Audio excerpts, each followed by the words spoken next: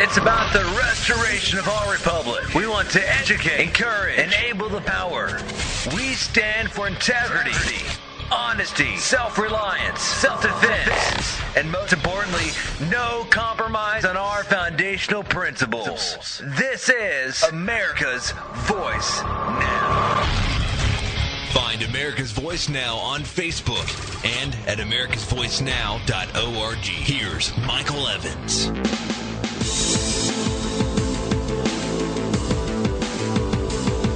Good morning, America. Welcome to America's Voice Now. Glad to have you on with us. We started a little late this morning because we did an interview with KUNQ, that's Big Country 99, the Rooster, and that is one of our newest station lineups for America's Voice. They're going to be carrying us from midnight to 2 a.m., 5 days a week, Monday through Friday. They're at 99.3 on your FM dial. Appreciate the opportunity to broadcast locally. Our listenership has been extraordinarily anxious for us to get back on the air locally. As many of you know, the station that we were on locally was sold, and they changed the format to a completely different format back to music. And KUNQ has an even larger broadcast footprint, and we are truly excited and honored to be back on that station. And so we'll be broadcasting there from midnight to 2 every day, 5 days a week, Monday through Friday. And you're welcome to join us there. You can find them on your FM dial at 99.3. And so we just did a short, brief interview with them. We'll also be running our a new program we're going to be doing starting next week called the America's Voice Patriot Minute. And that'll basically be a 1 or a 2 minute kind of a talking points about whatever is happening currently in the news. And so we'll be offering that through our new affiliate, KUNQ, and then we'll also be distributing that through other radio stations around the nation as well. So I am very pleased to join that lineup, and I'm glad that it'll give our local folk an opportunity to pick us back up on radio. We're going to cover 4 different topics this morning, and these are some really important ones, and I'm going to hammer very, very hard this morning on the Second Amendment issue. Congress the other day repealed the Second Amendment. Now, that should shock some of you into listening further. Here's the deal. They passed by a voice vote an extension of the second or the ban on plastic firearms. Now, I know a lot of people are going to say, well, wait a minute. Now, come on, you're overreacting. No, I'm not, and I'm going to tell you why when we get into this segment. Number one, they're going to now send it to the Senate, and the Senate is going to mark it up and add amendments to it, and then they're going to send it back to the House, or they're going to meet in committee and secretly negotiate away your Second Amendment right. You mark my words and you watch and see what comes out of this thing. It is not going to be a ban on plastic weapons. It's going to, and first of all, let's talk about it from the beginning. Since where in the Constitution does it say that you can have a firearm unless it's plastic? I mean, I get the argument. I know what people are going to say. Well, wait a minute. The founders, they didn't realize that, we could make guns out of plastic back in the 1700s. So that's just a normal modern way for us to keep control of firearms. Well, okay, stop right there. Let me throw this argument at you. If you're in the media, if you're in the press, if you're on the television news, if you're in the newspaper, if you're on the radio, does that mean your First Amendment can be restricted because they didn't know back then that we were going to have radio and television and iPhones and iPads? I mean, if your argument is going to be that you can rip the Constitution to shreds because of changes in technology, then it has to apply across the board. And that means it applies to your First Amendment. That means it applies to your Second Amendment. That means it applies to your Fourth Amendment, your Fifth Amendment. So the NSA can pretty much do whatever they want because at the time the founders didn't recognize that we'd have phones that could be tracking you everywhere you go with GPS. And so it's okay for them to shred the Constitution and your Fourth Amendment right because the founders didn't know about it back then, right? Aha. I rest my case, counselor. Our second topic is going to be the NSA's global crime against humanity. There's a brand new release from Edward Snowden. It's been put out by the Washington Post. because the UK Guardian is under such pressure from their own government, they're considering charging the UK Guardian with aiding and abetting terrorists because of their releases of Snowden's information. Ladies and gentlemen, if you don't see the worldwide pressure to complete and completely envelop us in an elitist, globalist strategy where there's nothing left but peasants and a bunch of elitists at the top, you're blind. The NSA is tracking 5 billion phone calls a day globally. 5 billion, ladies and gentlemen. Let's just put that number into perspective, because there's only 7 billion people on the planet, and not all of them have a cell phone. You starting to get the gist of this? Yeah, I know. They say, well, wait a second. We're not doing that in the United States. It's global. Lies. What they're not doing in the United States, they're having the FBI do. And that's a little known fact that most of the media is not telling you about. I've told you about it. I've done entire shows on it. What the NSA cannot do domestically, the FBI can, and they're doing. And then they have a direct pipe that takes that and captures it from the FBI, utilizing the NSA's technology, and then feeds it to the NSA. And that's how they say, well, it's legal this way. I'm telling you, folks, you just don't realize the back door that's being played on you. Our third topic, the DHS. News out this morning that they are being hacked left and right, and their own security is virtually non-existent. I got to tell you, the truth is that Tom Coburn from Oklahoma, he's the ranking member of the Senate Homeland Security and Governmental Affairs Committee. He came out and said that, and this is his statement, that the major gaps in the DHS's cybersecurity include the most basic protections that would be obvious to a 13-year-old with a laptop. So here's the deal. All this information they're gathering on you, all of this surveillance data they're putting together, all of this nonsense they're doing and compiling and conspiring to build dossiers on you, they're not even securing it. It's wide open to any hacker who wants to go in there and get it. It's a shame and it's a joke. The Obamacare system was built with zero security involved in it. The DHS has security holes everywhere. You see, this government is not, it's malfeasant, it's criminal, but it's even worse than that. Because what it really becomes now is they're not even capable of dealing with the things that are required of them based on all the authority they're usurping. It's bad enough that you're stealing authority from the people. But it's another thing when you're stealing authority from the people and then you are doing something that's against their own best interest and then leaving it wide open for anyone to go look at. Ladies and gentlemen, that is criminal malfeasance. And I'm going to break some other news to you today. Did you know that IBM offered to build healthcare.gov for free? But no. The government said no thanks. They wanted to spend over $1 billion of your tax dollars to build the biggest flop in history. Ladies and gentlemen, that again is criminal malfeasance. This story, by the way, was confirmed when the IBM CEO gave an interview. Here's what he said.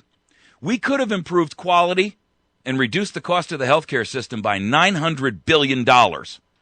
I even said we would do it for free to prove that it works. They turned us down.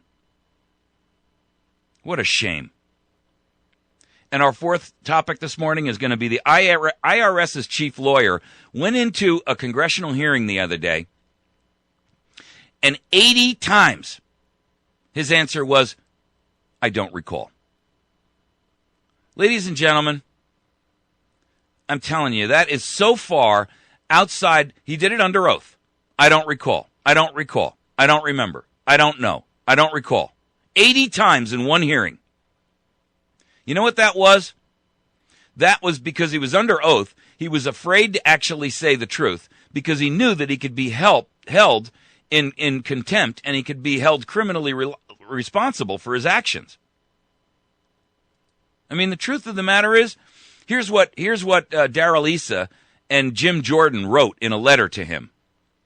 In your testimony, you stated, I don't recall, a staggering 80 times in full or partial response to the committee's questions. Your failure to recollect important aspects of the committee's investigation suggests either a deliberate attempt to obfuscate your involvement in this matter or gross incompetence on your part. Ladies and gentlemen, I don't care if you believe in big government. Even if you do, and even if I'm completely nuts and I'm wearing a tinfoil hat 3 inches thick, what you don't realize is that government is not capable. They are incompetent. Gross incompetence and criminal malfeasance are the same thing when you have that level of power and authority. You see, it's one thing when you usurp authority and power. But if during that you are so grossly incompetent about managing that authority and power, now it rises to an even worse level. It rises to a level of criminality. Being inept and incompetent and stupid and a boob, that's one thing. But when you do that and you are in a position of authority where you're maintaining other people's information, where you are acting in a criminal fashion against and utilizing the IRS as a weapon, man, that's a totally different level. All right, I want to get to our first topic here because this is really important stuff. First of all, a CNN poll came out the other day and said that opposition to gun control is up by 23% in the United States since January. What that tells you, ladies and gentlemen, is that America is actually beginning to smell smoke everywhere. It's no longer just a little whiff that floats by. Did you just smell smoke? Now the room is clouded with it. And here's my question. Will America recognize that we are literally in a fire before it's too late? In other words, now that they smell the smoke and they recognize it, will they take action fast enough? You've been betrayed. Your Second Amendment has been stolen from you.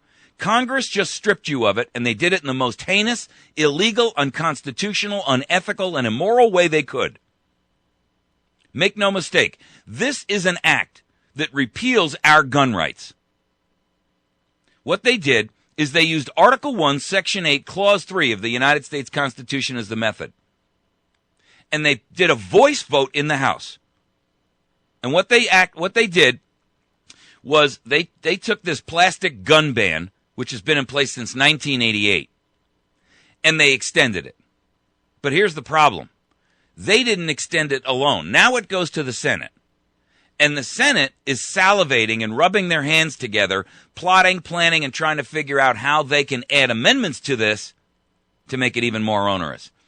I bet you money this thing comes back with all kinds of other stuff to it. Now you can't have plastic parts on the gun. You watch and see what Feinstein and Schumer and the rest of those monsters up in Congress, in the Senate, do with this bill. And here's the problem. They use the Commerce Clause, as their constitutional justification. Little known fact. There was a law passed years ago that Congress has to stipulate in the bill what their constitutional authority is for the passage of that bill. You know what 80% of all their bills fall under? The Commerce Clause. Now read what the founders had to say about the Commerce Clause, because they made it very clear that the Commerce Clause was not to be misused in this fashion. And here's what it is. Ladies and gentlemen, the House the other day, including a ton of Republicans, committed an act of treason. An act of treason. You know why? Because they made a step and a move to ban plastic firearms, and here's the real problem with that. What you don't recognize is, and what you're not immediately thinking about when you consider this, is this. Find me anywhere in the Second Amendment where it says you can't have a plastic gun, but you can own a metal one. What does the Second Amendment actually say? It says shall not be infringed. Shall means must. Infringed means interfered with, affected. So think about it for a moment. They are interfering and affecting your ability to own a plastic firearm. You know why this was passed in 1988? And by the way, it was passed by Ronald Reagan. So those of you who are out there touting what a wonderful messianic president he was, let me tell you something. This was passed after Reagan was shot. And the real reason they passed this, because plastic guns weren't capable of even being built then. Nobody had even considered a 3D printer. It was a gleam in some engineer's eye. And what you don't recognize is the real purpose behind this bill has absolutely nothing to do about banning these plastic guns getting onto airplanes and stuff like that. I'll tell you what this was really about. This was about Congress protecting themselves from you today. They knew that the path they were taking back in 1988 was so outlandish, so unconstitutional, so unethical, so immoral, so illegal, that they would need the ability to protect themselves from an angry American population and citizenry. Think about it from that perspective for a moment. And now they updated it. They extended it. They didn't change it, they just extended it. And now the Senate's going to get it, and they're going to make all the changes. You watch and see. I'm telling you that what they did was an act of treason. First, because they used the Commerce Clause to restrict your Bill of Rights, Second Amendment right. Your Second Amendment right precedes the Constitution. It precedes the Commerce Clause. It precedes the Declaration of Independence. It precedes the Magna Carta. It precedes the written word. Your right to self-defense, your right to own and possess a firearm to defend yourself against tyranny and government precedes governments, period. Plastic or otherwise. This Commerce Clause is one of the most often abused and misused and unrelated clauses that are used to strip you of your fundamental gun rights. And they're outlined for you in the Bill of Rights that weren't given to you by Congress and by the Constitution. They were just outlined and written down for you so you'd know what they were. In fact, they were given to you by your Creator. They were given to you by natural law, long before written history even existed. Now that the House has passed it, you watch and see what's going to happen. Here's what's going to happen. The House passed the ban on plastic guns. And the Senate is already saying, oh boy, we're eyeing broader reform. That's their phrase.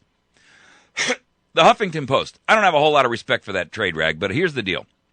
Even they came out and said, something very bizarre happened in the House of Representatives on Tuesday.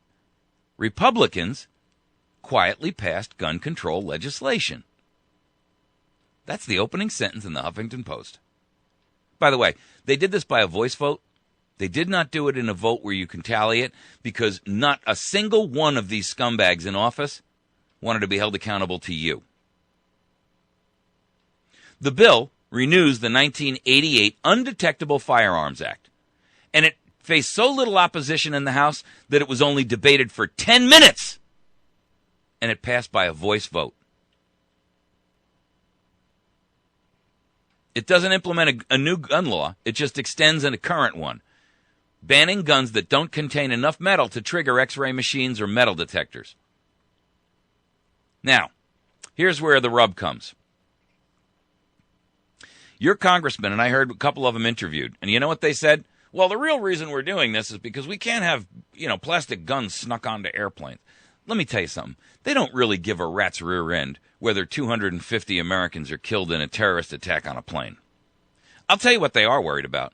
They're worried about plastic guns being snuck through the metal detectors in the House and in the Senate and in their offices by angry Americans who say, you know what, we've had enough. That's what this is really about. Mark my words. I'm telling you, their fear is not for you. Their fear is for themselves. What this is really about? Let me ask you this. And here's the proof, by the way. I want you to ask yourself this question. How is it that Congress could be so prescient back in 1988, 25 years ago, about firearms law that they would pass a ban on guns that are undetectable? But yet, they're completely ignorant about health care.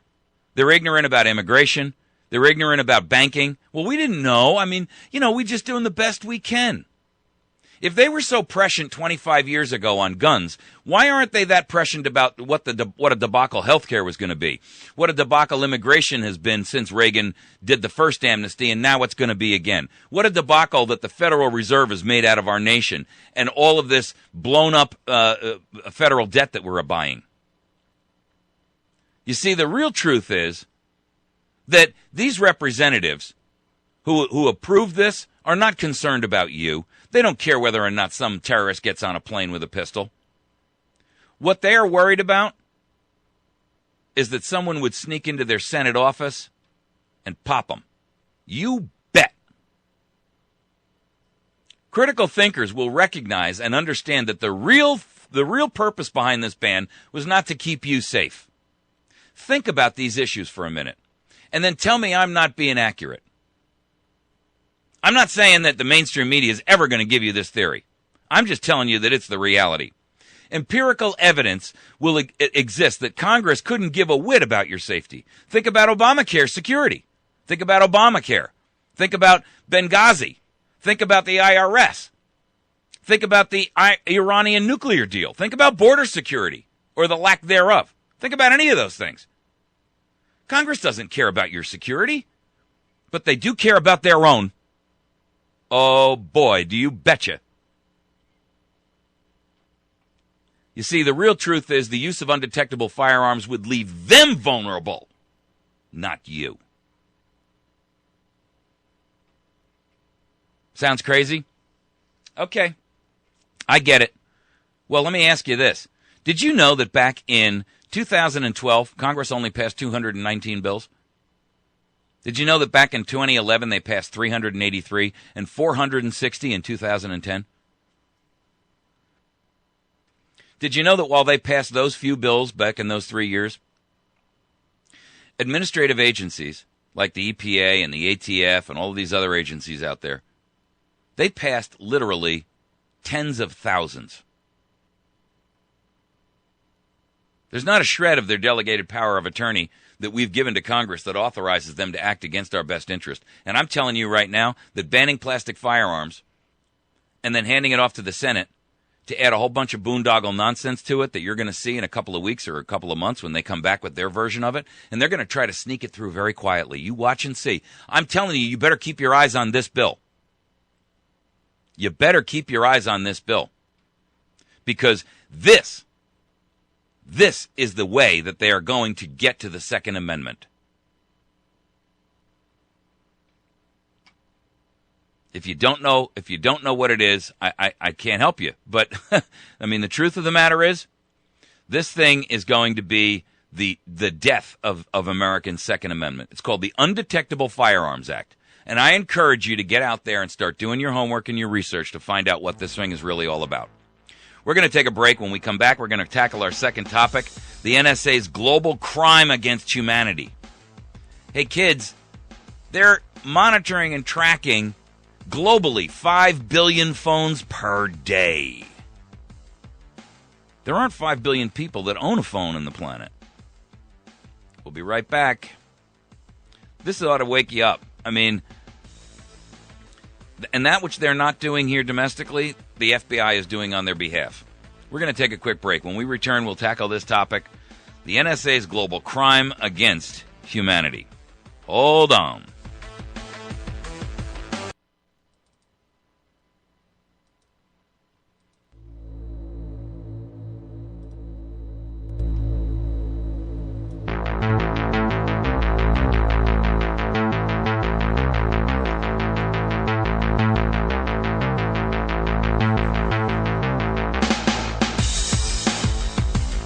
All right. I promised our return, and here we are. A couple of quick spots, and you're back in the free radio driver's seat. You know, the stuff that is going on, guys, in our country ought to scare the living daylights out of every single American. I was telling you in the last segment about this gun ban they did on the Undetectable Firearms Act. Well, guess what Chuck Schumer's already doing? He's already put forward a bill that would contain a provision that targets plastic guns made with 3D printing technology, and it would require that guns contain a piece of metal intrinsic to its operation, like a barrel or a trigger handle, or some other method, so that there would have to be some metal in there that could be picked up by a metal detector. You see, they're scared because 3D printing means you can print a gun at home, and there's no way for them to track it.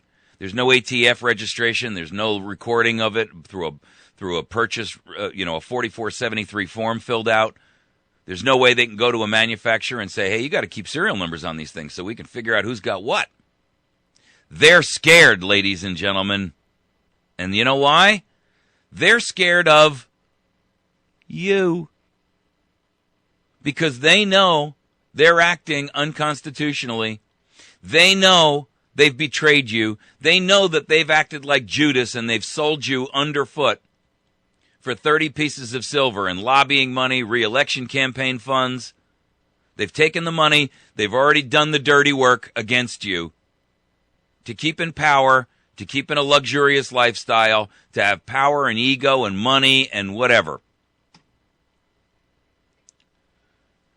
And the NSA is working very, very hard to make sure that you never have an opportunity to escape the system. News out this morning, a brand new bomb dropped by Snowden. This time it was done through the Washington Post. You know why? Well, the real reason why is because originally Snowden gave all this stuff to The Guardian in the UK, right? The Guardian newspaper, which, by the way, was a very small paper. I mean, it wasn't anywhere near what, the New York Times or the Wall Street Journal or the Washington Post is. It's a very tiny paper. And they're very liberal, actually. But Snowden went to them,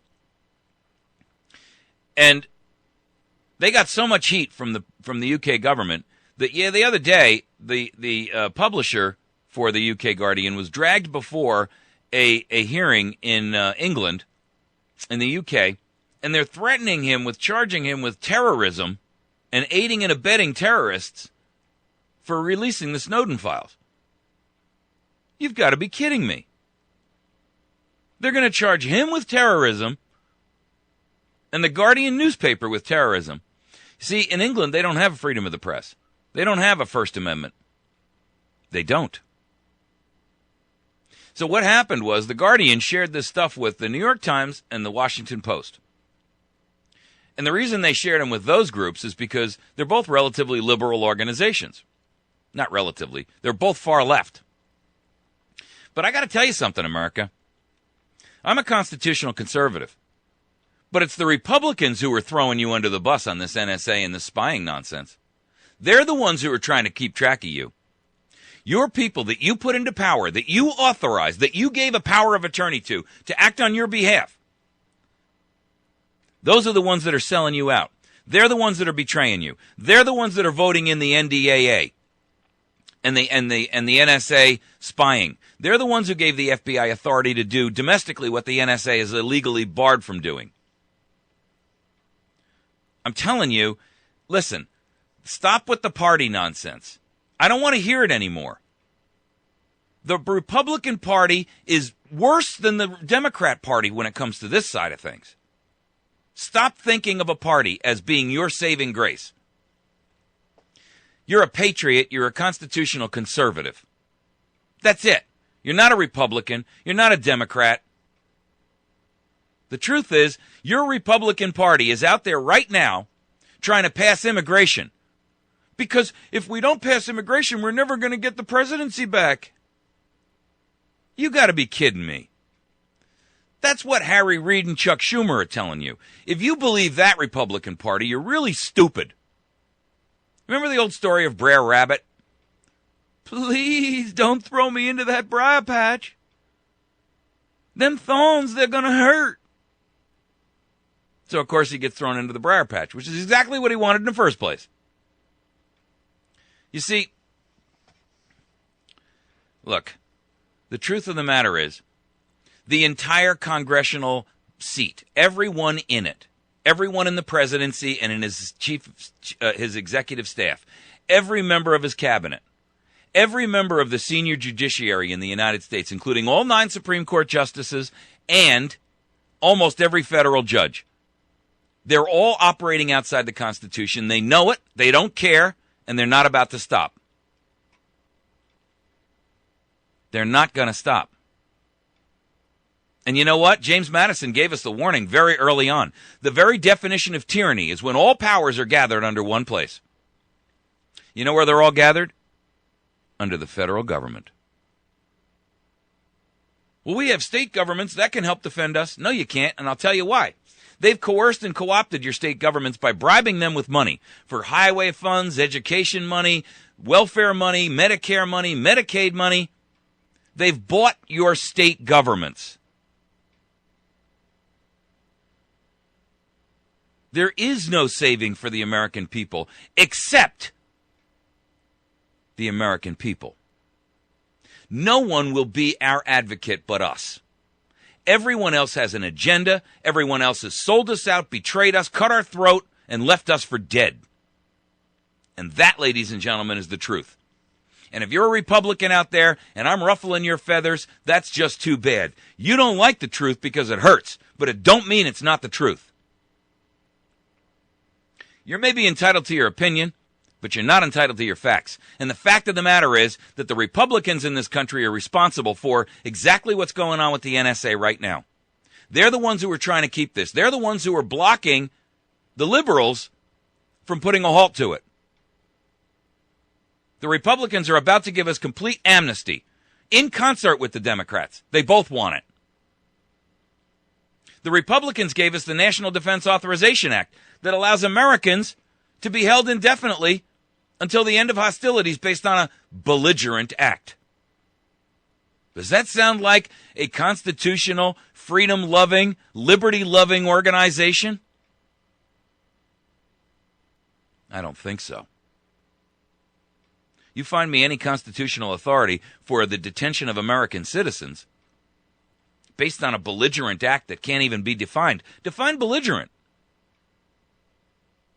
Oh, well, that'll be left up to a court. Ah, that's right. The other corrupt division. Tell me it ain't corrupt.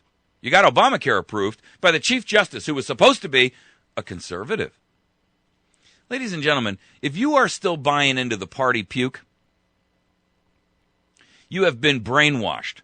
I strongly encourage you to take off the top of your head, pour some really, really strong hydrogen peroxide in there, slish it around for a little bit, and then pour it out. Maybe you'll get rid of all the germs and the poison that have been poured into your mind. Both parties in this country are deceiving us, robbing us of our rights, robbing us of all of our freedoms and liberties. And the truth of the matter is, they're after you, personally. 5 billion phones, 5 billion phone records a day are being captured by the NSA. Not just the metadata, but the call content. The president came right out and lied to us and said, and he'll say, well, I didn't lie. And here's how he gets around it. Well, we're not listening to your phone calls, he says. Okay. They're not listening. What they're doing is they capture that phone call. They capture the digital transmission of that phone call, and they do a speech-to-text conversion. That text now is readable, but you can't listen to it because it's text. They delete the audio portion. They keep the digital version of the electronic conversation. They scan it for keywords like bomb, like terrorist, like Muslim, like Muhammad, I don't know, whatever the heck they're looking for. So they're not listening, but they're reading it. I mean, guys, you couldn't get a more thinly veiled lie than that. Where's the press on this? Nobody knows. Where's the mainstream media? Nobody knows. They're too busy racing over to their email to find out what the government wants them to talk to us about next. You don't recognize the wholesale betrayal that you have by every division. The fourth estate is supposed to be whom? The press. They're supposed to keep you informed. They're supposed to educate you. They're supposed to be a watchdog over government because they have investigative resources that you don't have. because you're too busy out there, cracking your knuckles to the bone trying to figure out how you're going to feed your family and pay your mortgage. But they've all betrayed us. The press has betrayed us. The executive is obviously operating so lawlessly that the guy from Cato Institute, and I talked about this in yesterday's show, came right out and said, when asked the question, what can we do about this president who continues to act in a lawless fashion? He said, listen, the Second Amendment, or not the Second Amendment, the American people have the right to overthrow their government. He said that in a congressional hearing. You see, the truth of the matter is, they fear you, but they've got you so intimidated you don't even recognize that you're an elephant standing up against a mouse. Well, I'm afraid to get into a database. They already have you in a database. Stop whining and start fighting. This article in the Washington Post says the records feed a vast database that stores information about the locations of at least hundreds of millions of devices.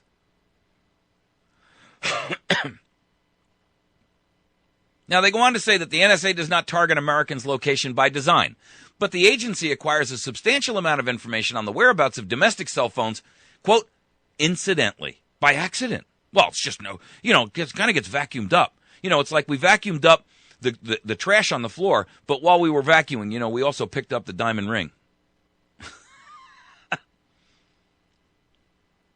Well, guess what? I did a whole story the other day about how the FBI is domestically doing exactly what the NSA is doing globally. But the press isn't telling you about it. Congress isn't telling you about it.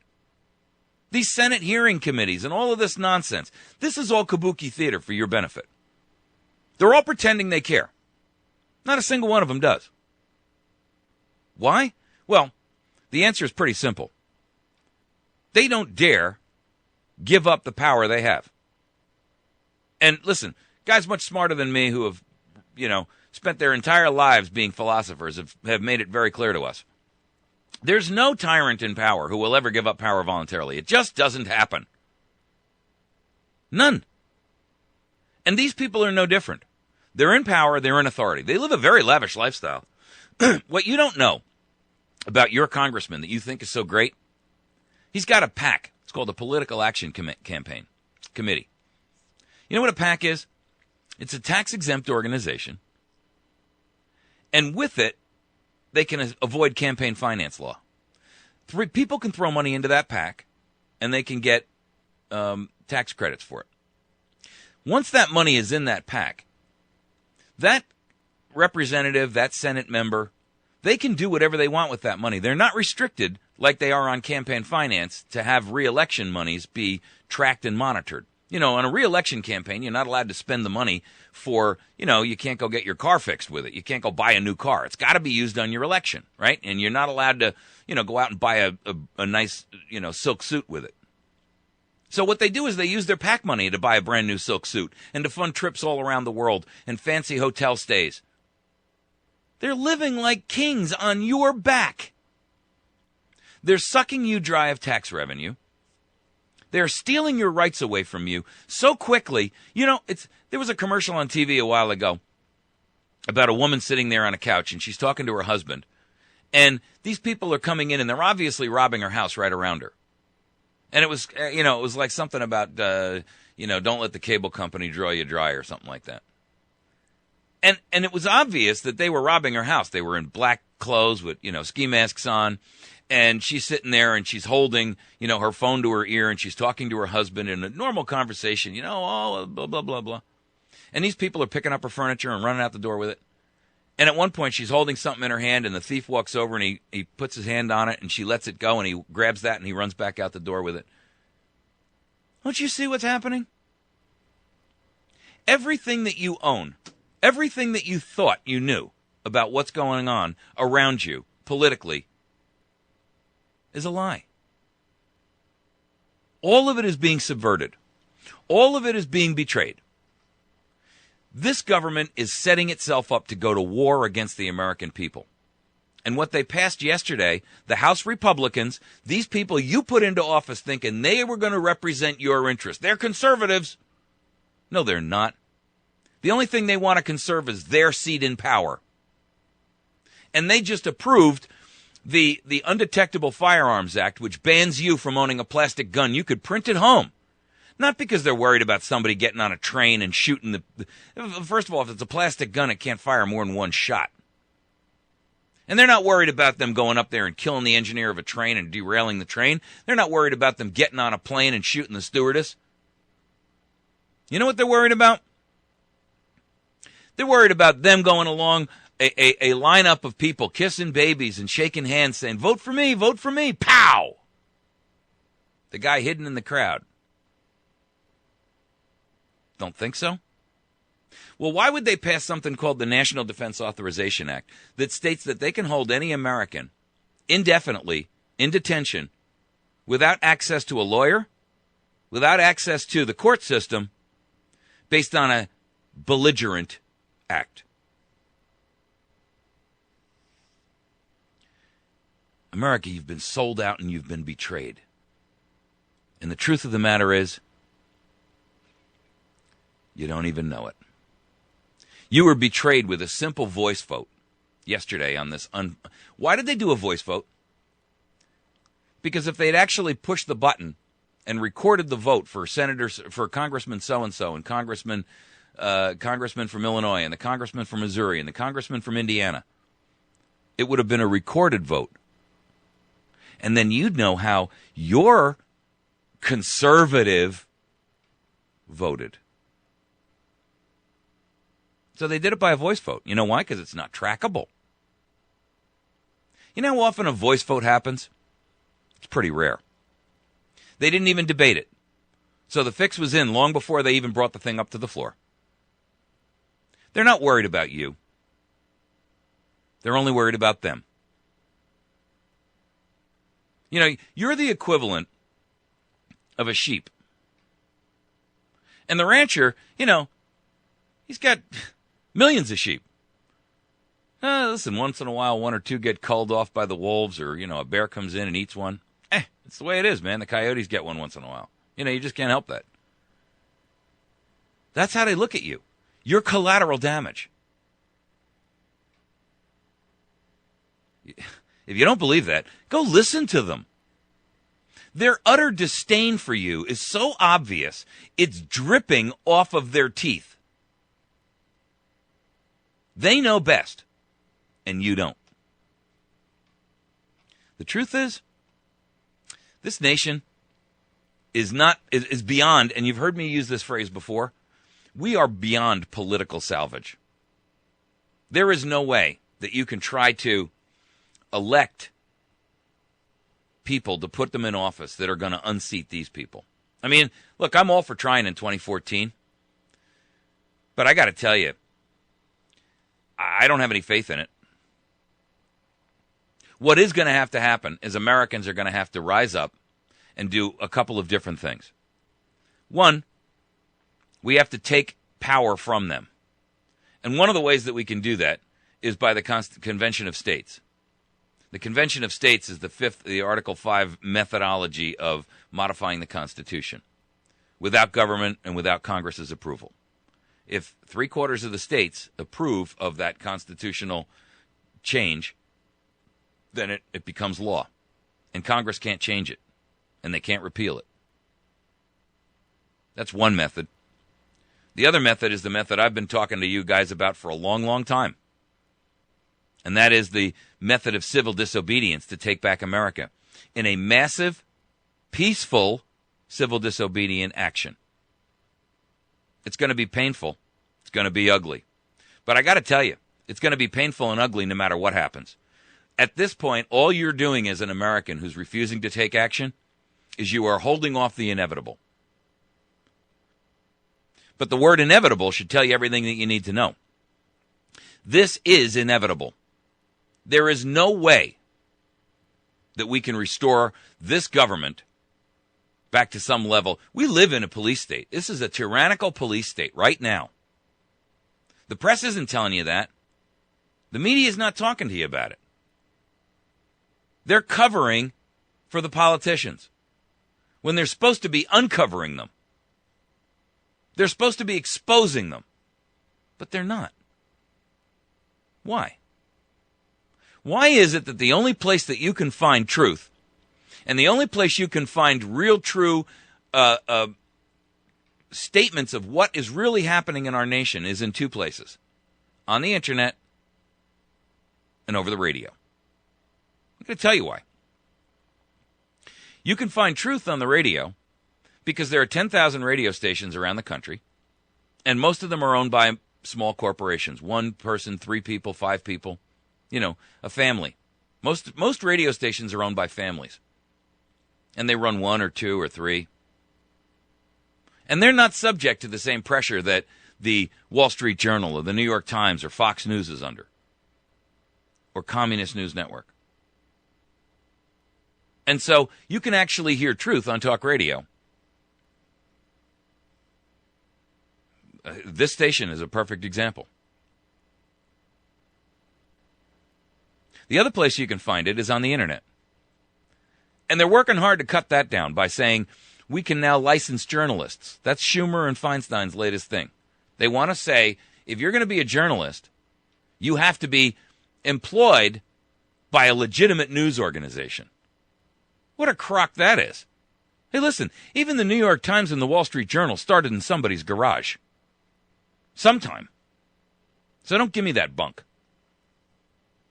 If you're not employed full-time with a journalist source, who's then, of course, compromisable, right? Easily turned, all they got to do is threaten them with an audit.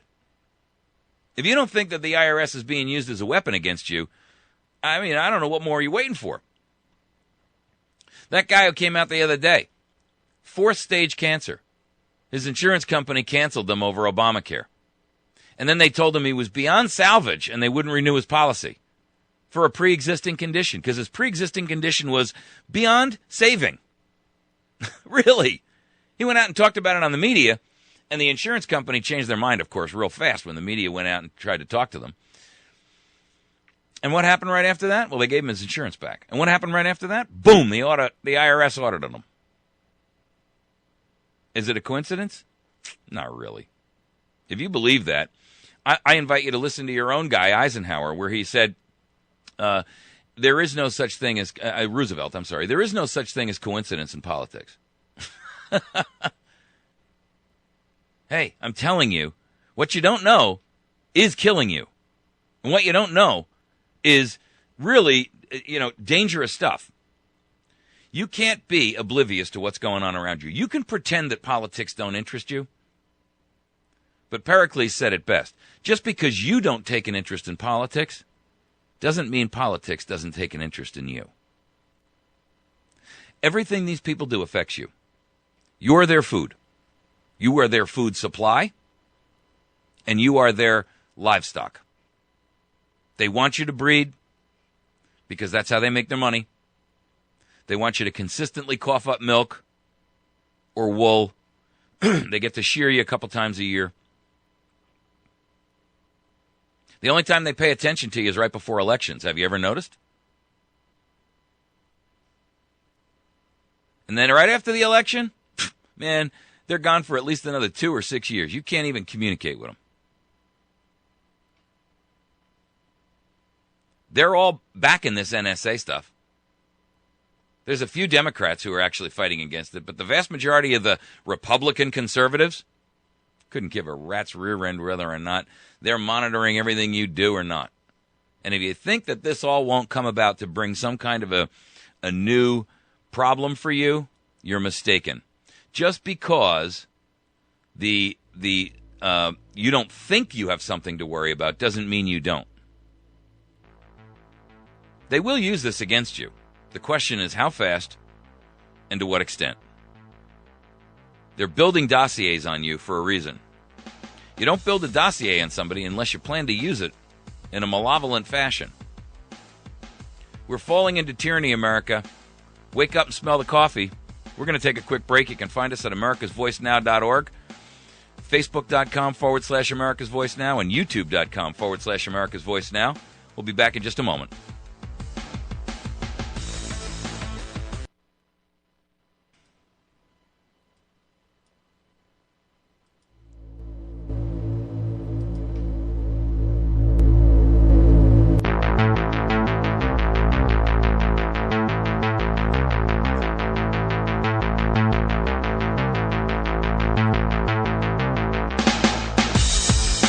All right.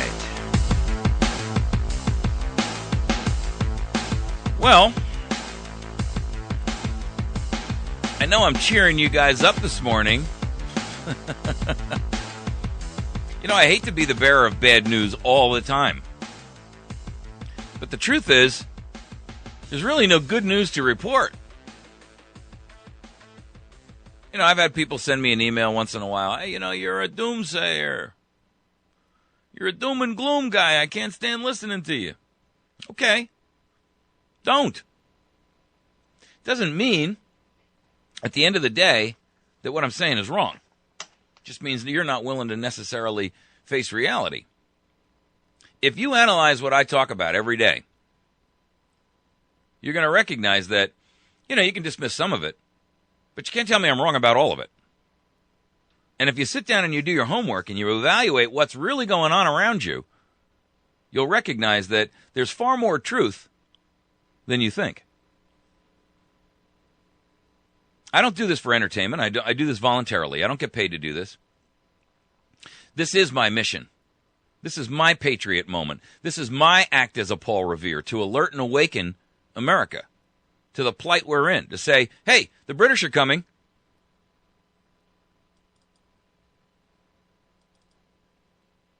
In fact, this is my opportunity to say, not only are the British coming, they're here.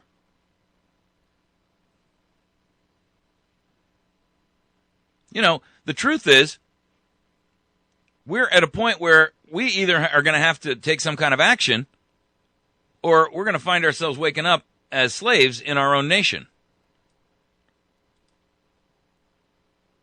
You got all of these agencies. The Department of Homeland Security out there is the topic of this one. And their own security literally is non-existent, folks. You know what's stunning about that? Well, what's stunning about that is that these are the people who are building a dossier on you. And their own systems are so insecure that Senator Tom Coburn came out the other day and he released a list of 3 things. The systems are being operated without authority to operate by people without authority. So that means that who knows who's into your records? 2, their plans of action and their milestones for security are not being created for all the known information security weaknesses, nor are they being mitigated in a timely manner. So they know it's out there, but they refuse to fix it. They don't even care. And it's not just open to hackers and scammers and thieves and identity thieves. It's open to foreign governments. Baseline security configuration settings are not being implemented for all systems. Additional information security program areas that need improvement include incident detection and analysis. That means they don't even know when they're being hacked. Specialized training, account and identity management. They don't even know who's got the accounts out there. Some guy could leave the DHS and go rogue and start selling your stuff. An Edward Snowden with a malevolent purpose. Contingency planning. And finally, the department still needs to consolidate all of its external connections and complete the implementation of personal identity verification compliant logical access on its information systems and networks. He came out and said, this shows major gaps in DHS's cybersecurity, including some of the most basic protections that would be obvious to any 13-year-old with a laptop. DHS doesn't even use strong authentication. They use antiquated software that's full of holes. Its components don't report security incidents when they should, or in other words, when they're being hacked. And they don't keep track of weaknesses when they're found. And they don't fix them in time to make a difference.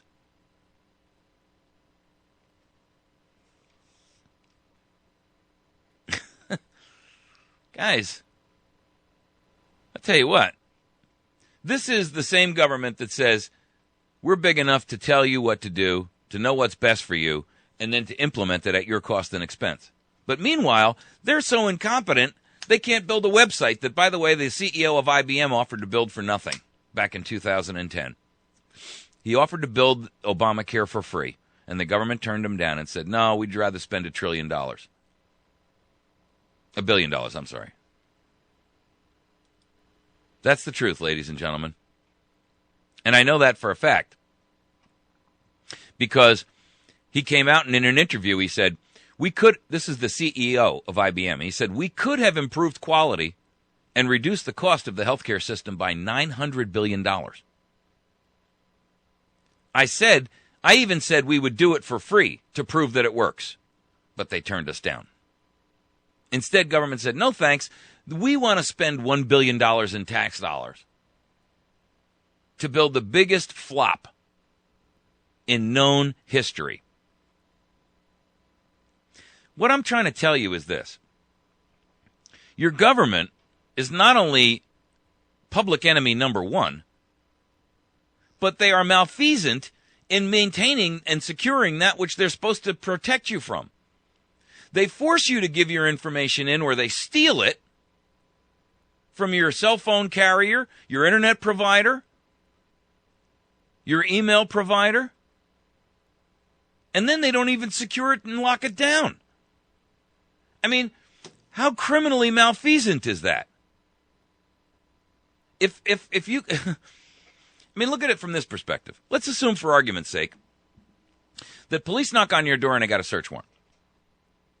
And they come in and they say, look, somebody's accused you of stealing, so we got to take all the jewelry in your house. And we're going to take it down to the station and we're going to put it in a secure lockup until we figure out whether it's yours or theirs. Meanwhile, you should get all your receipts together. And they take all the jewelry in your house, your diamonds, your gold, your rings, your coins, everything. And you finally get all your receipts together and, you got proof that, where you bought it all. And you go racing down to the police station and you say, here's my proof. It's all mine. And they say, well, it disappeared out of our safe yesterday and we don't have it anymore. Really? And who has the keys to the safe or the combination? Well, pretty much anybody. It's on a piece of tape right over the combination. I mean, that's the equivalent of what we're talking about, ladies and gentlemen. What good is a safe if you keep the combination taped right to the spin dial?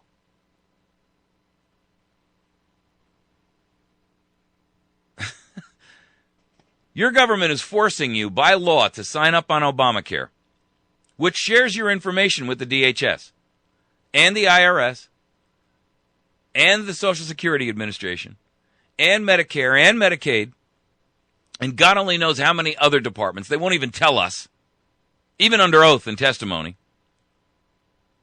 And so, while they're storing all that information, they're forcing you at the point of a gun to submit it.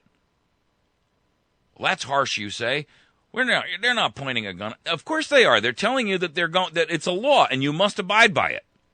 And there's a penalty if you don't, and it's going to be a fine. That is the point of a gun. Maybe they're not offering to throw you in jail for it, but if you're going to be penalized, if you're going to be considered to break the law, that's the point of a gun, ladies and gentlemen. That's called police power.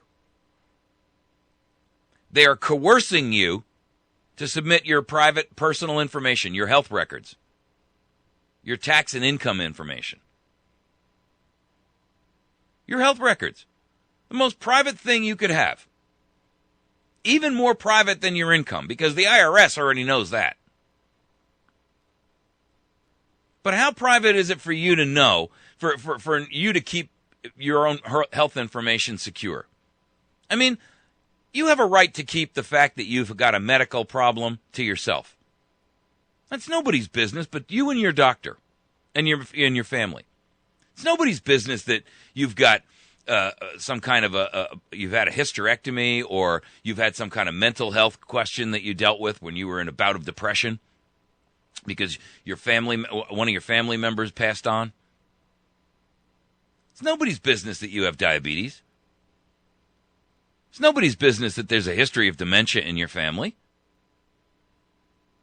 It's nobody's business that you had breast cancer and both of your breasts were removed. It's nobody's business that you've had testicular cancer and you're now a eunuch. It's nobody's business. But now everybody knows. Because there's no security. Anywhere. This guy who was in there testifying the other day said he's not authorized to hack in. He's a white hat hacker. His name is Kennedy. I've talked to you before about this guy. He's paid by companies when they build a brand new website to go in and hack it on purpose to see if he can't violate their security. And when he finds out where the holes are, he goes back to them and he says, here's the 3 holes I found, fix them. And they do. You know, for Amazon.coms and you know, large online ordering places where you're putting in credit card information and personal addresses and information and stuff like that. He came out yesterday in an interview. I heard him last night on Hannity, I think it was. Who's a water boy for the Republican Party, by the way. And he said, you know, listen, this is well-known science. This isn't rocket science. It's not something that's rare. Building a secure website is done every day.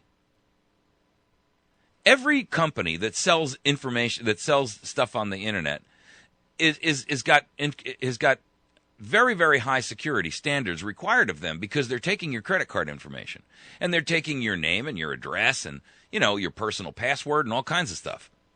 I mean, depending upon what kind of a website it is, they might even have your social security number or, you know, information about your medical history. They're required by law that obviously the government itself doesn't abide by. They're required by law to keep that information secure. This guy was very clear. He said, look, this website should have been built for about $10 million. High end. Number one. And that includes the back end systems. Number two, this thing is so weak that out of a score of 1 to 10, he gave it a 1, maybe a 2. He said anybody can hack into this thing. And they just implemented 400 bug fixes since October 1st when it came online. But in the 30 days that they took them to do those fixes, they have absolutely no idea how many other holes they opened by solving those 400 bugs. He said, I'm not authorized by them to hack into it, and I don't want to be charged with a crime for doing so. But I'm telling you right now, I could do so in minutes. And here's the problem.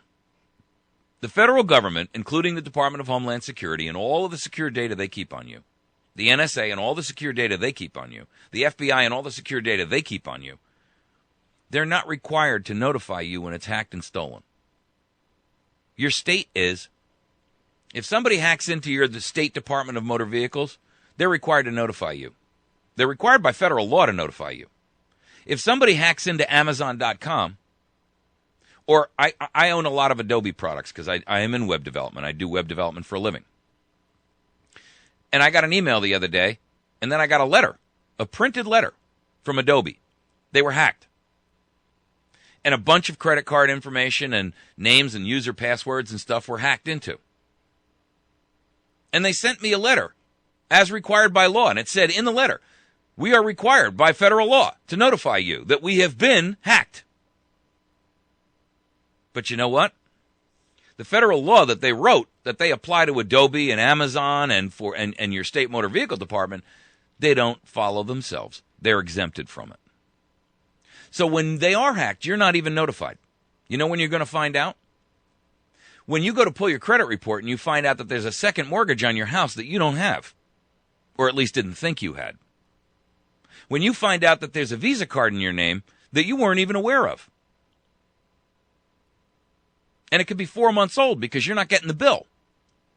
It's going to a P.O. box. I mean, the truth is, folks, you have no idea the holes in our national security on a level from a computing perspective are so broad, you could drive the state of Maine through it. And the problem is, it's actually criminal. It's criminal malfeasance. This isn't a mistake. It's not just, we're too big and we're a little sloppy or something. This is criminal malfeasance. There's no denying it. This is criminal malfeasance.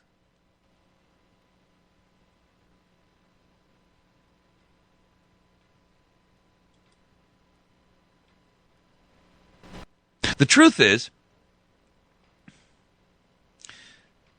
that when we talk about this level of malfeasance, there's not much that we can do about it. I don't know how we resolve the problem.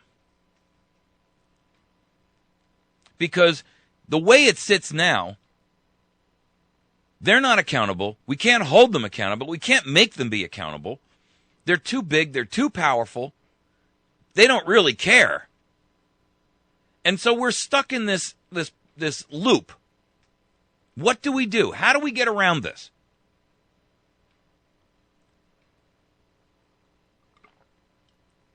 How do we force them to do what we know they should be doing?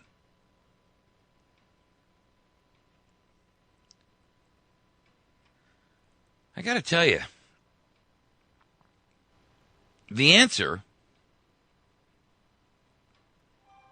lies in what we should be able to. The answer lies in what we should have been able to do, which is essentially take back our government by one of two methods. Either constitutional limits placed on these monsters that force them to do the right thing, which is almost impossible unless we do it without their authorization, because they're not going to give us permission to strip their power, or we have to do it under massive peaceful civil disobedience.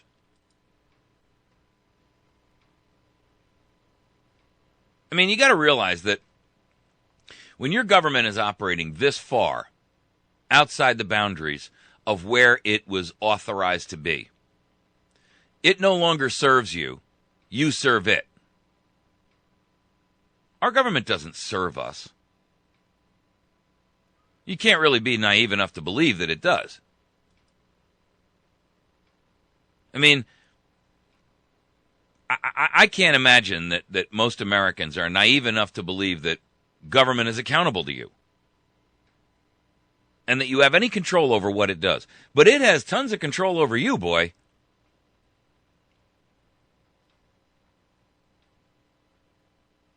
You see, the problem, when you're talking about this kind of level of incompetence and malfeasance, is that with all of this information, with all of this stuff they're capturing, you're pretty much, shut down. There's nothing that you can do to protect yourself, because you've got, by their own admission now, well, not by their own admission, by a leak, they're sitting there and they're capturing and collecting all this data on you. They admit that there's so much of it, it's like trying to drink out of a fire hose. I put a thing up on our website, americasvoicenow.org, a link where there's like a short video that was put together by the UK Guardian, who has broken the story on this thing originally with Edward Snowden, and what they're doing and how they're doing it, and it's kind of like a 3-minute video on what does the NSA actually do? Because a lot of people don't get it, and if they're not into computers, they really don't get it. But when you're talking about this kind of data theft, especially the location data, what you don't realize is that in these 5 billion things that they're tapping into every day, you know what they're doing? They're actually compiling this data to see who you participate with, who you're riding together with in a car. Did you know that?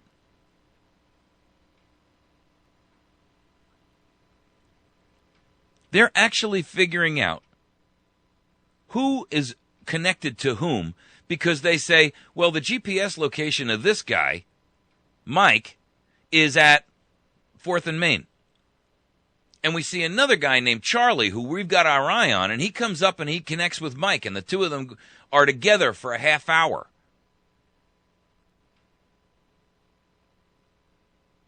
You don't realize how deep this thing goes. Now, it could just be that Mike and Charlie just happened to be in the same coffee shop together, and I didn't know that Charlie was a, Islamic terrorist. But suddenly, because he and I were in the same place for a half an hour, and then we both walked down the same street together, I'm a suspect. Now they're watching everything I do. I've heard a lot of people say, well, listen, one of the things that we can do is we can make sure we encrypt everything. Okay, but when you encrypt everything, that immediately makes you a target. Because then they say, aha, he must be encrypting everything for a reason. So the only way around that is for all Americans to encrypt everything all the time. And then at that point, we'd have to force them to use so much computing power that, they'd melt that brand new facility in Utah to the ground. I suppose that, we could theoretically get that thing to melt down. By the way, for the record, and it's important that you should know this, there's some activists out there in Utah who are actually trying to kill that unit. They're just trying to shut it down. And you know how they're doing it? This is creative. They're trying to shut it down by turning off the water and the electrical supply. Legally. The activists want this, it's called the Off Now Coalition. I gotta love that. How nice is that, right? The Off Now Coalition. And they say that the Achilles heel is obvious. The key vulnerability is that they rely on local utilities to provide power and water. And if they can turn off the power and they can and by the way, in the case of a facility like this, they use an extraordinary amount of water because that's how they cool these computers. And if they can turn off the water, they can shut the system down. The article's actually in U.S. News. I'll post it up in the comment section or the subject section of this video. It's on our website and it's on our Facebook page. They're calling, there's a state act in Utah right now called, it's a draft level, it's called the Fourth Amendment Protection Act. And it would forbid local governments from providing services to the federal agencies that collect electronic data from Americans without a personalized warrant. So by that, if they can get it passed, essentially, they wrote this in conjunction, by the way, with the 10th Amendment Center, who, if you follow this show enough, I really like the 10th Amendment Center. I think they're doing great work.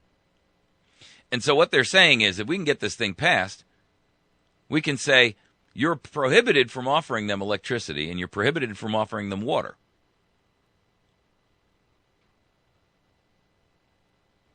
It would shut it down by necessity. They use 1.7 million gallons of water a day to cool this thing down. 1.7 million gallons of water a day, ladies and gentlemen. And it's basically a gigantic hard drive storing all your information. Being fed by the NSA and the FBI.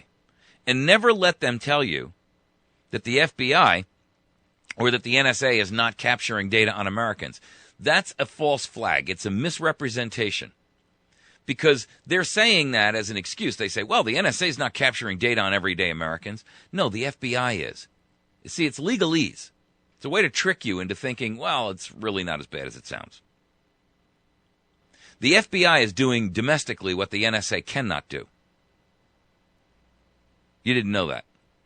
I posted articles up about it. I did a whole radio program about it. Go back and listen.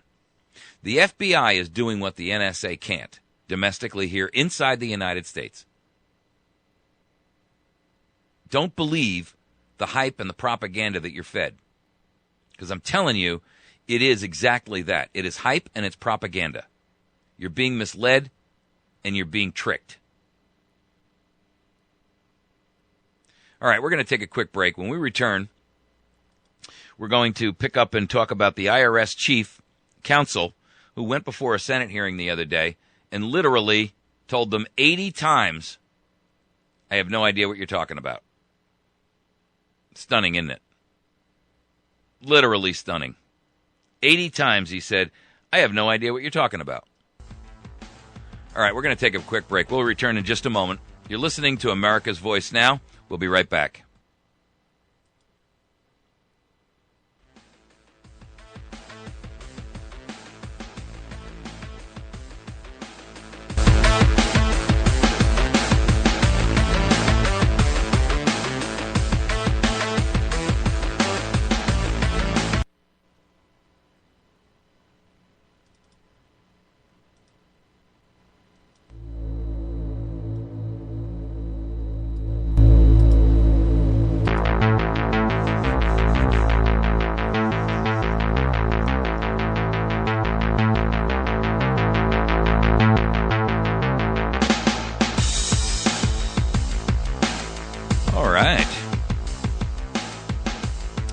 Back with you. Glad to be here. You're listening to America's Voice Now. A couple of things I want to run over before we wrap this program and get into this this topic of the IRS chief. He's their chief lawyer, and he went before a hearing committee the other day, and 80 times he said, I don't recall. He's the chief law enforcement officer, the chief lawyer for the IRS. And 80 times he said, I don't recall.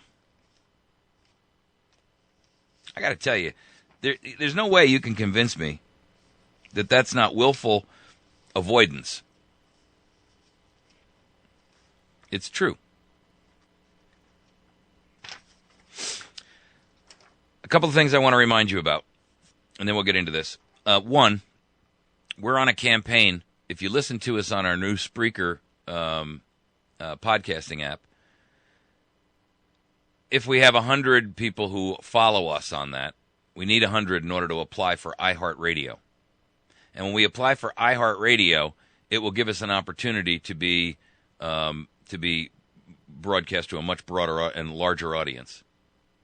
iHeartRadio is very popular. They have their own iPhone and Android apps and so forth and so on. And we'll pick up a brand new audience. So we need you to assist us with that. I'm asking you to go to Spreaker.com/America's Voice Now and hit the follow button. And it's Spreaker like a speaker with an R. So it's Spreaker. Sierra Papa Romeo, right?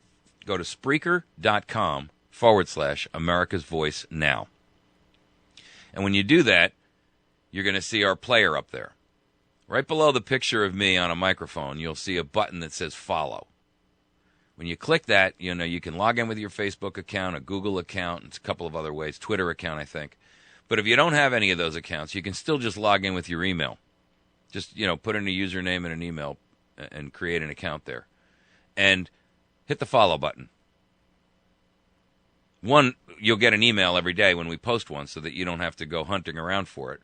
But more importantly, once we get to 100 users, we can apply for iHeartRadio.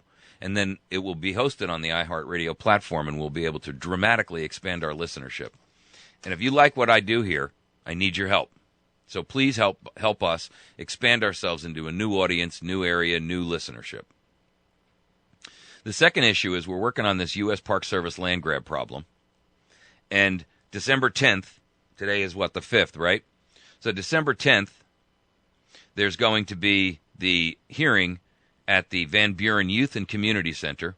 That's at the intersection of Highway 60 and D Highway. That's going to be at 6 to 9 p.m. There's another one on December 11th, the following morning, at 10 a.m. to noon at the Salem City Hall. Then there's a third one on December 11th, that same night, but in Kirkwood, Missouri.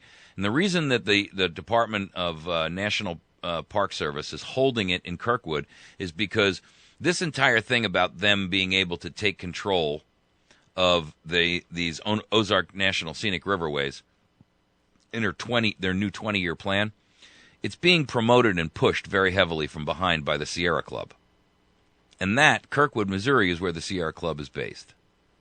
Oh, gee whiz, what a coinky-dink. I'd have never thunk. So what they're trying to do is they're going to use the Delphi technique on us. What the Delphi technique does is it uses this system, and I've got whole stories about it. I've done whole shows about it. Go look it up. It's called the Delphi technique.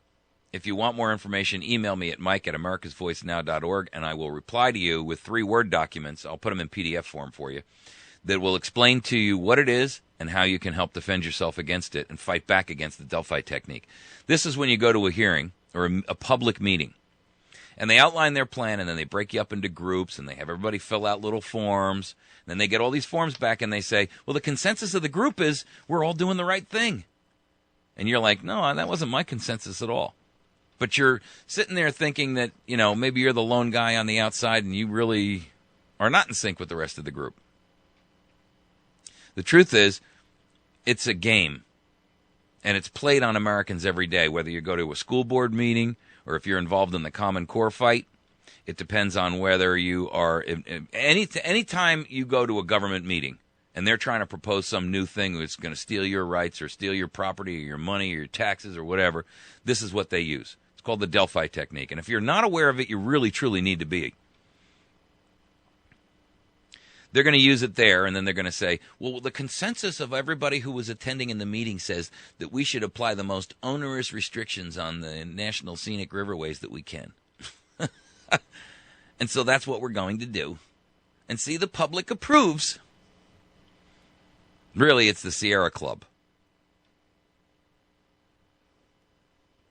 They want to eliminate 65 miles of horse trails, eliminate unauthorized river crossings, require permits if you want a horseback ride. Hey, come on, man. They have their own herd of wild horses up there in the scenic riverways area. It's a herd of wild horses in Missouri. Most people don't realize that. And a lot of people don't realize is that some fairly wealthy people have bequeathed money to keep those horses maintained. Those horses eat better than you do. But you're going to have to get a permit if you want to ride a horse of yours in the same place that these wild horses run all day long. It eliminates all ATVs, outboards, UTVs, and four-wheelers. Eliminates motor vehicle access. They're going to shut whole roads down. They want to pass regulations that will reduce motorboat horsepower on the river in some places and completely eliminate it in about half. And they say it's based on empirical scientific evidence. Well, they won't show it to us. We have to guess what it is. And it's never been peer-reviewed, and we're just supposed to take their word for it. This is more of the same nonsense with you got the EPA who was sitting out there saying, well, we have all this empirical evidence that says all water is connected ultimately to major navigable rivers, so therefore we should control all water. But when you ask them for the evidence, they say, well, we can't show it to you. What? How did the backyard creek become national security secrets? Why is everything lately a secret? Have you noticed? Well, it sure is for William Wilkins. He's the IRS chief counsel. He can't recall any secrets. 80 times, he says. Anyway, what we want you to do is on December 10th and 11th, we want you to attend these hearings. And the way that you can contact somebody to find out where you can carpool with somebody else, we're organizing carpools, and if not, we can give you directions and more information. There's a couple of people you can call. You can call Mike Slack at 417-264-2435. Or you can call Don Eagleman. Don is at 417-372-7112. Or you can email me at mike@americasvoicenow.org, and I'll give you this information. You guys should be writing this stuff down. When you listen to America's Voice Now, please keep a pen and paper handy, because we give out information and phone numbers and web addresses and email addresses and telephone numbers all the time. So it's Mike Slack at 417-264-2435 and Don Eagleman at 417-372-7112. The groups that are organizing this are the Property Rights Coalition's groups, and you can find a lot of information out about them by going to prcnews.org. That's prcnews.org. PRCnews.org. The PRC stands for Property Rights Coalition. They're a Common Sense Property Rights Coalition, and basically these people are the ones who have been keeping the federal government off your back, and you didn't even know it. There are chapters all over the place. I'm a member of a bunch of them, or at least I go to different ones, and I speak at them, and I, listen to them, to what the other speakers that are there, and, you got to be proactive, folks, and you got to be involved. So go to their website, which is prcnews.org. Now, Doreen Hanna, she's a friend of mine. She joins us frequently on the radio.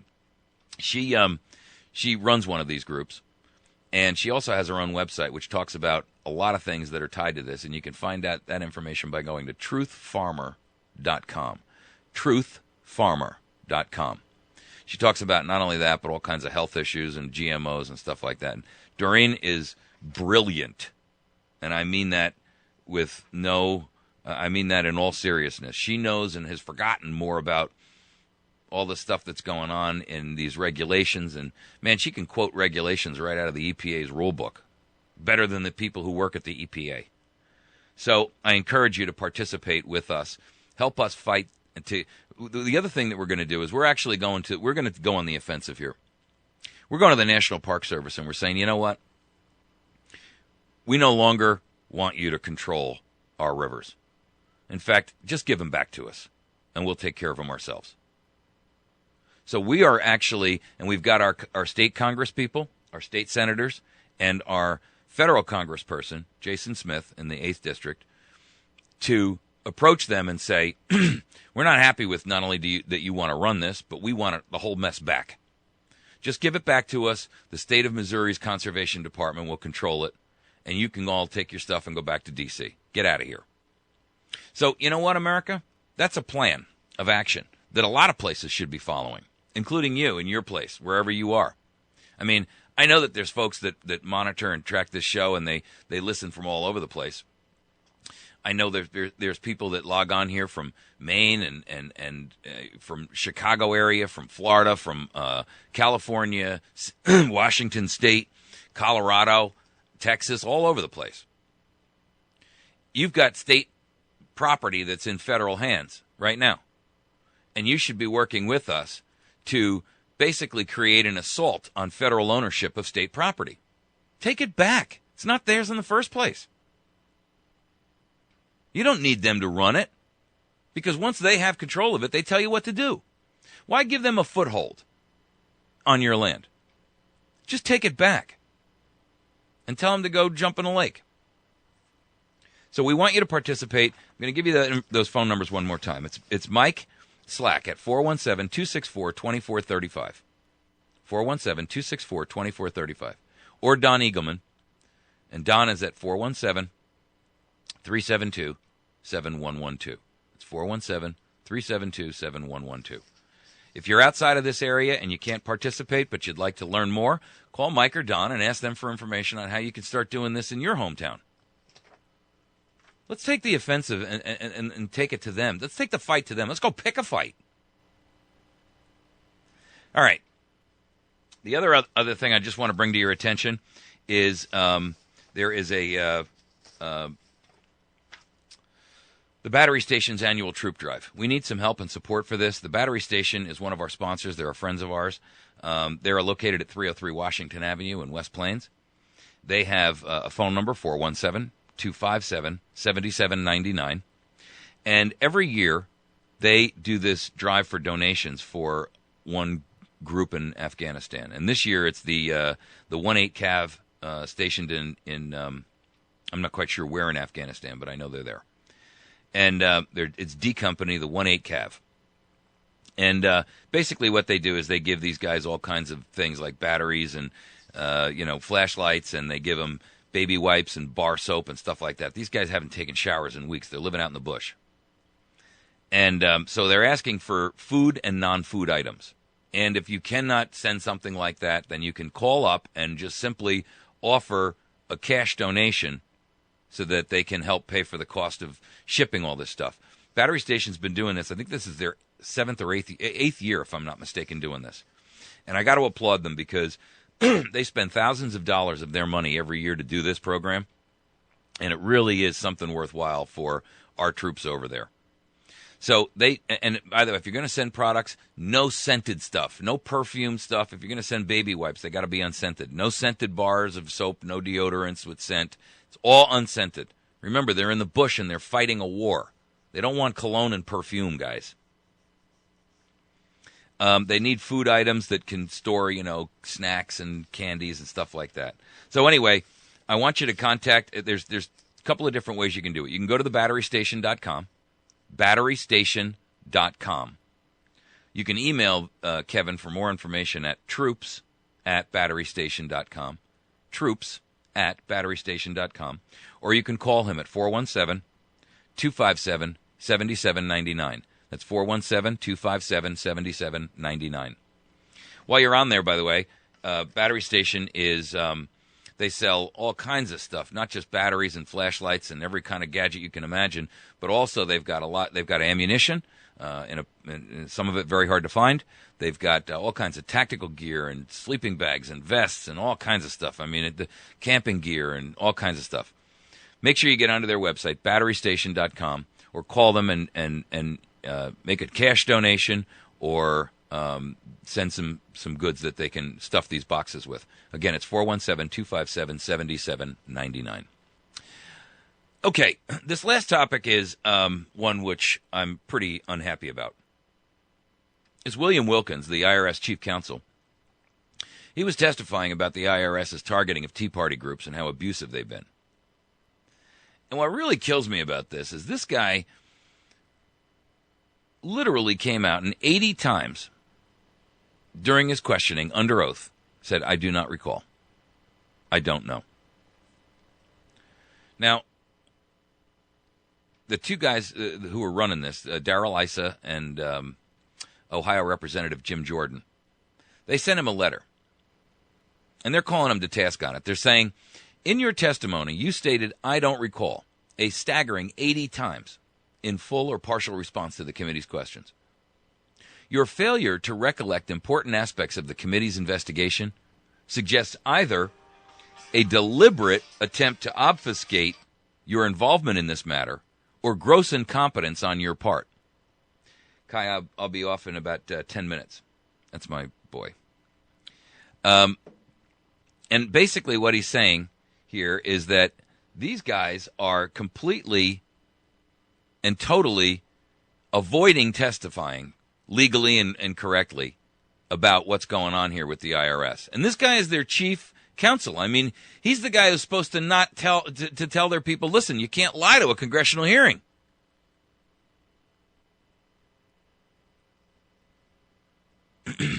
They are stalling and trying to block and trying to injure the investigation. And that is criminal. It's not even criminal malfeasance now, because malfeasance is a willful attempt to do something unethical or dirty or immoral. But this is, and malfeasance can also be a mistake, but a sloppy, careless, reckless mistake. This isn't no mistake. This is an actual willful attempt to subvert and destroy the opportunity for them to be held accountable at the IRS. This administration, like many administrations prior to it, is using the IRS as a weapon against the American people. They are using it as a methodology of getting to people who are on an enemies list.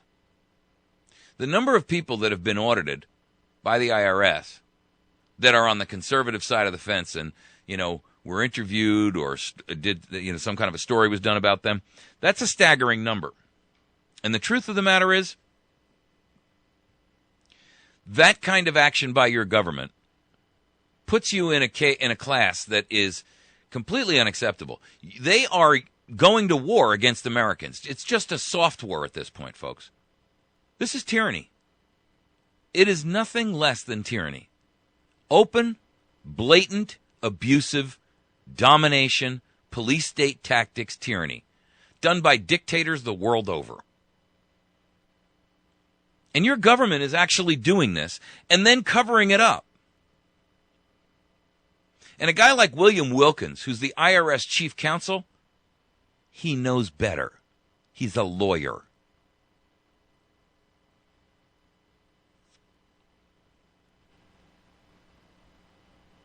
For them to go to do this kind of action is so lawless, so outside of their constitutional purview.